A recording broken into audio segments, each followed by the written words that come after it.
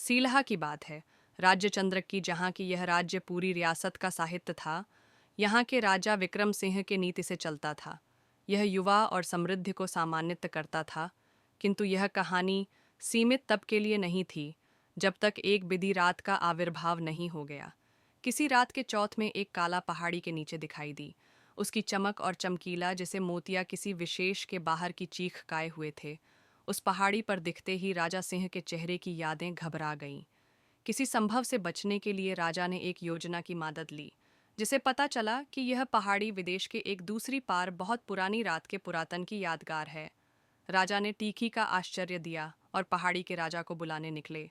जब वे विदेश पहुंचे तो वहां की राजगद्दी का अंत हो चुका था। राजा विक्रम सिंह ने अपने योद्धाओं के साथ मिलकर वहां के खंडहरों की खोज शुरू की। कई दिनों की मेहनत के बाद उन्हें एक गुप्त द्वार मिला, जो पहाड़ी की गहराइयों में जाता था। द्वार के भीतर घुसते ही उन्होंने देखा कि एक विशाल गुफा थी, जहां सोने चांदी और बहुमूल्य रत्नों का भंडार था। परंतु जैसे ही उन्होंने आगे बढ़ने की कोशिश की, वहां छुपे हुए पहरेदार जाग गए। भयंकर युद्ध छिड़ गया। राजा विक्रम सिंह और उनके योद्धाओं ने बहादुरी से लड़ाई लड़ी, परंतु एक रहस्यमयी शक्ति वहां मौजूद थी, जो बार बार राजा को कमजोर कर रही थी। आखिरकार एक वृद्ध संत प्रकट हुए और उन्होंने राजा को बताया कि यह गुफा एक प्राचीन श्राप से ग्रस्त है। केवल एक सच्चे हृदय वाले राजा ही इसे तोड़ सकते हैं। राजा विक्रम सिंह ने अपनी बुद्धिमानी और धैर्य से उस श्राप को समाप्त किया और पूरी गुफा का खजाना उनके अधिकार में आ गया। परंतु असली परीक्षा अब भी बाकी थी।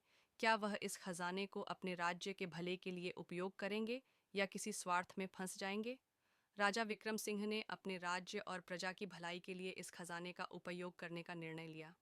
उन्होंने रियासत में नए निर्माण कार्य करवाए, गरीबों की सहायता की और अपने राज्य को और भी समृद्ध बनाया। इस निर्णय से संतुष्ट होकर वृद्ध संत ने राजा को आशीर्वाद दिया और कहा कि जब तक यह राज्य न्याय और भलाई के मार्ग पर चलेगा, यह हमेशा समृद्ध रहेगा। इस प्रकार राजा विक्रम सिंह अपने साहस और बुद्धिमानी से अपने राज्य को एक नए युग में ले गए, जहां शांति, समृद्धि और न्याय का वास था।